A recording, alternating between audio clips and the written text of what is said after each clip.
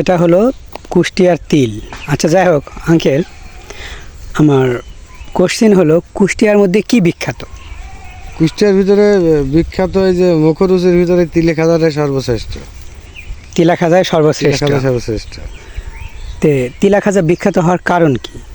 তিলে খাজা বিখ্যাত হওয়ার কারণ এটাই, কুষ্টিয়ায় যে কারখানাগুলো আছে, অন্যান্য যে জেলাগুলো আছে, তারা এইগুলা এরকম বানাইতেও জানে না, আর বানায়ও না, আর ওরা জানেও না কীভাবে কী করতে হয়। আর কুষ্টিয়া মোটামুটি বহুত আগের থেকে আমরা দেখে আসছি, এই তিলে খাজাটা ওরা খুব সুন্দর যত্ন করে বানায় এবং হলো খাতেও খুব সুস্বাদ লাগে। এই জন্যই কুষ্টিয়ায় তিলে খাজা। সামনে যে আমি তিলের গাছ দেখছি, এখানে কত মানে তিল হতে পারে, কত পরিমাণ? এইখানে এই জমিটা 7-8 কাঠা জমি হবে। হ্যাঁ, তাতে হয়তো 2.5 মণ 3 মণ হয়তো হবে, তা অত হয়তো হবে না, তাহলে তিল ভালো হয়নি তো। আর তিল ভালো হয়নি? না না। আমার প্রশ্ন হলো কুষ্টিয়া জেলার বিখ্যাত আর কি কি আছে? কুষ্টিয়া জেলা বিখ্যাত আছে যেমন হচ্ছে লালন শাহের মাজার, রবীন্দ্রনাথ ঠাকুর, হ্যাঁ, মীর মোশাররফ হোসেন। এটা জায়গা, খাবার কি কি আছে আগে সেটা বলেন তারপরে। খাবার খাবার কুষ্টিয়াতে সব কিছুতেই ভালো বললেই চলে, যেহেতু কুষ্টিয়ায় যেমন হলো রেস্টুরেন্টে যে রান্নাগুলো হয়, অন্যান্য জেলাতে এইভাবে এত সুন্দর রান্না করতে পারে না। কুষ্টিয়ার বাবুর্চিগুলো খুবই সুন্দর, কারণ কুষ্টিয়ার রান্না যারা খাইছে তারাই বুঝবে যে এটা কেমন। হ্যাঁ হ্যাঁ। আচ্ছা যাই হোক, কুলফি এটা কুষ্টিয়ার বিখ্যাত না পাবনার বিখ্যাত? এটা কুষ্টিয়া খুব ভালো।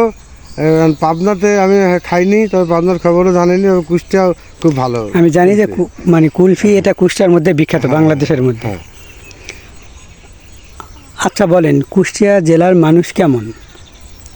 কুষ্টিয়া জেলার মানুষ সব ধরনেরই আছে, ভালো মন্দ মিলেই মানুষ। ভালো মন্দ মিলাই আছে, তবে কুষ্টিয়ায় ক্রিমিনালটা আছে বেশি। ক্রিমিনালি বেশি? হ্যাঁ, ক্রিমিনালি বেশি। আচ্ছা, আমরা যেটা শুনে থাকি যে কুষ্টিয়ার মানুষ গাঞ্জুট্টে হয়, কারণটা কি? মানে এদের গাঁজা ছাড়া নাকি 3 বেলা চলেই না। এটা এটা যারা খাবে তারা খাবেই, আর যারা খাবে না তারা কোনোদিনও খাবে না, তাই না? হ্যাঁ। লালন শাহ মেলা এবং অন্যান্য মেলায় আমি শুনে থাকি যারা ভাতের সাথেও গাঁজা খায়, কথাটা কতটুকু সত্য? না, কথাটা সত্য। এই জন্যই এই গাঁজা তো ওইটা যেটা খায় ওরা ধুমো বের করে, ওটা হচ্ছে পাকা অবস্থায় খায়, শুকনো করে পাকাটা খায়।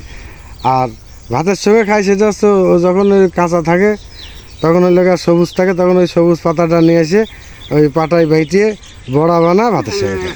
আচ্ছা, যাক, ভালো লাগলো গাঁজা সম্পর্কে জানতে পেরে, কারণ এটা আমি জানতাম না তেমন। লোকমুখে শোনা যে তারা শুধু যে ভাতের সাথে খায় বিষয়টা এমন নয়, অনেকে বলছে যে কুষ্টিয়ার লোকজন পানির সাথে, সর্বশেষের সাথে মিক্স করেও জুস বানিয়ে খেয়ে থাকে, এটা কতটুকু সত্য? না, আমি পানির সঙ্গে খাওয়ার গল্প শুনিনি, দেখেও নি। শুধু ভাতেরটাই জানি? শুধু ভাতেরটাই জানি, আমি নিজেও খাইছি। ও, আপনি নিজেও খাইছেন? ভালো। তা এটা খেতে কেমন লাগে? খেতে ভালো লাগে, কিন্তু পরে আবার একটু হইলো গা মাথা চক্কর দেয়, এলোমেলো করে দেয়। তা আপনার দাবি কি গাঞ্জা বাংলাদেশে প্রতিষ্ঠিত করা দরকার কুষ্টিয়ার জন্য নাকি না? না, এটা হচ্ছে এখন এই কথা তো অনেক বলা লাগবে, যেহেতু গাঁজা তো আর হলো কোনো মানুষ সৃষ্টি করেনি, এটা আল্লাহরই সৃষ্টি, একটা প্রদত্ত গাছ। হ্যাঁ, ওকে যে কোনো ব্যক্তি খাবেই। হ্যাঁ, খাবে। আমি খাইনি, আর 5 জন খাবে, আরো 5 জন খাবে। এটাই হচ্ছে স্বাভাবিক। এ নিয়ে বিরোধিতা করেও লাভ নাই, আর পক্ষ নিয়েও লাভ নাই। পক্ষ নিয়েও লাভ নেই, যেহেতু আল্লাহ তাআলার গাছ না। এটা আল্লাহ তাআলার সৃষ্টি। এটা যদি কেউ সৃষ্টি করে দেখাতে পারে যে আমি পারি, তাহলে আমি মানি নেবো যে হ্যাঁ, আল্লাহ সৃষ্টি করে, নিজে সৃষ্টি করে। মানে যদি কোনো মানুষ এরকম ইয়া করে, তাহলে ওটা আপনি রিজেক্ট করে দেবেন, বাতিল করে দেবেন। বাতিল করে দেবেন, যেহেতু আল্লাহ প্রদত্ত জিনিস, সেজন্য আপনি খাবেন। হ্যাঁ, খাবো। বাহ, আমি খাই, যে কোনো লোক খাই। এত সুন্দর উত্তর আমার মনে হয় না জীবনে কেউ দিতে পারবে। কারণ কুষ্টিয়া জেলার লোকজন যে গাঁজা খালি, এরা সবাই বলে যে ভুলভাল বকে, একদমই রং। গাঁজা খাওয়ার পরেও সে এত সুন্দর উত্তর দিয়েছে যা একটা সুস্থ মানুষও দিতে পারবে না। তার মানে কি? আমি কিন্তু নিয়মিত গাঁজা খাইনি, মানে শখের বসে আপনি? শখের বসে, দেখা যাচ্ছে বছরে 2 বছর পরে একদিন বন্ধু বান্ধবের সঙ্গে বসলাম, সেটা আলাদা ব্যাপার। আচ্ছা, মেলায় যে এত টনকে টন গাঁজা আসে, এগুলো কোথা থেকে আসে? গাঁজার অভাব নাই, গাঁজা বেশিরভাগ আসে আপনার ভারত থেকে আর দৌলতপুর থেকে। দৌলতপুর থেকে? দৌলতপুর কি গাঁজা চাষ হয়? হ্যাঁ, গাঁজা চাষ হয়। ও, দৌলতপুর বর্ডার অঞ্চলে এটা গাঁজা চাষ হয়। আর ভারত তো সরাসরি চাষ করে। ভারত তো সরাসরি চাষ করে। লালন মেলা আমি জানি যে এটা অনেক প্রেমের মেলা আর কি। তো লালন কি প্রেমের জন্য বিখ্যাত নাকি অন্যর জন্য বিখ্যাত? না না, লালন আধ্যাত্মিক, সে একজন ব্যক্তি, আর প্রেমের দিক দিয়ে যখন কথা হচ্ছে তখন প্রেম কিন্তু অনেক আইটেমের। হ্যাঁ এই প্রেম ওই প্রেমের দিক দিয়ে সে বিখ্যাত, হ্যাঁ এবং হলো সে আধ্যাত্মিকের দিকেও বিখ্যাত। তবে যার যে মন নিয়ে যাবে সে সেই মন নিয়ে ওখান থেকে ফিরে আসবে। ও, আমার মন যদি আমার খারাপ থাকে তাহলে আমি খারাপটাকে গ্রহণ, হবে। হ্যাঁ তাহলে আমি লালনের খারাপটা গ্রহণ করি। হ্যাঁ হ্যাঁ, আর যদি আমার ভালো থাকে তাহলে আমি ভালো গ্রহণ করি। ভালো ভালো আচ্ছা, তাহলে লালন উনি কি ভালো কাজ করে গেছেন যে দ্বারা আপনি ভালো কিছু নিয়ে আসতে পারেন? উনি ভালো কাজ করেছেন। উনি যে গাঁজা খাই গিয়েছেন এরকম প্রমাণ কোথাও পাইনি, এবং খাইতে বলেছেন এরকম প্রমাণও কোথাও পাইনি। না না, ভালোর বলছি, ভালো উনি কি গুণ উনি ভালো করে গেছেন ভালোর বলতে যেটা আপনি গ্রহণ করতে পারেন, খারাপটা বাদই রাখেন। ভালো বলতে হচ্ছে সে হিন্দু, মুসলিম, বৌদ্ধ, খ্রিস্টান কাউকেই উনি আলাদা চোখে দেখেননি।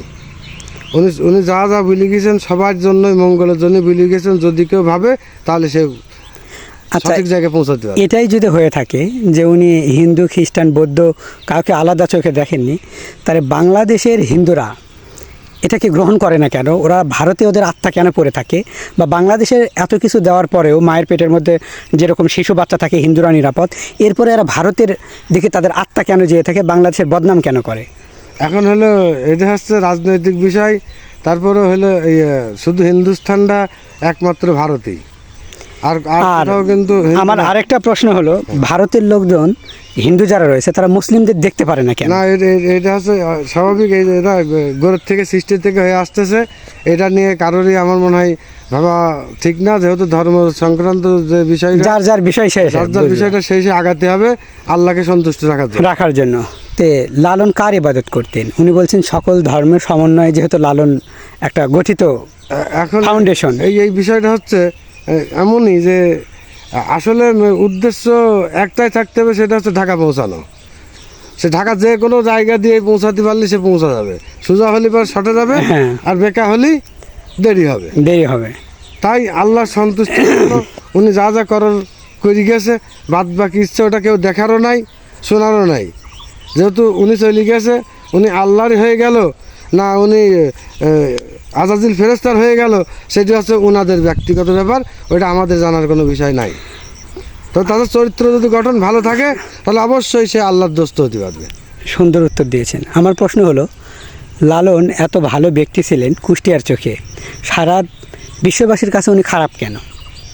না না না, সারা বিশ্ব ওনাকে হিসাব করে, সারা বিশ্বের কাছে খারাপ না। বাংলাদেশের অধিকাংশ মানুষই বলে লালন ভালো না। হ্যাঁ, ওই যে বাড়ির কাছে ট্রেন থাকতে, স্টেশন থাকতে ট্রেন ফেল করে, এরকম একটা কথা আছে না? ঠিক বাংলাদেশের অবস্থা ওই রকম, যে লালনের এত সুন্দর একটা জিনিস পায়ও ওনারা লালনকে ভাবে না, লালনকে বোঝে না। অসাধারণ আঙ্কেল, পার্ট 3-তে আমি আসবো।